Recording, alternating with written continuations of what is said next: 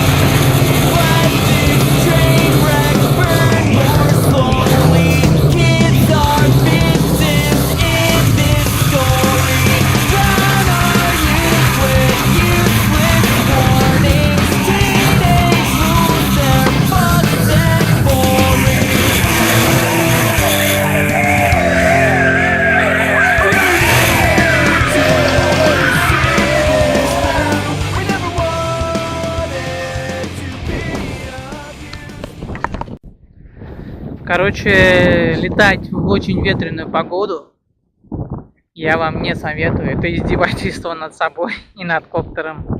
Еще он любит переворачиваться на спинку, когда об что-то ударяется, допустим, вот об такой брустер или еще об что-то. Да, кстати, сейчас при ударе крепеж камеры слетел. Соответственно, коптер был здесь, потому что он был на малой высоте. Камера была вот здесь. Хотя камера фиксируется очень жестко, ее потом очень трудно снять. Будьте аккуратнее, ребята, и придумайте дополнительные приспособы. Возможно, нужно одеть хомутик, чтобы камера при слете не оторвалась от коптера, потому что в каком-нибудь большом пространстве, даже вот в поле, в траве, вам будет трудно найти свою камеру. Если она у вас даже подключена Wi-Fi, будет валяться, вы не поймете, где она находится. Такие вот дела. Увидимся на следующих полетах при хорошей погоде.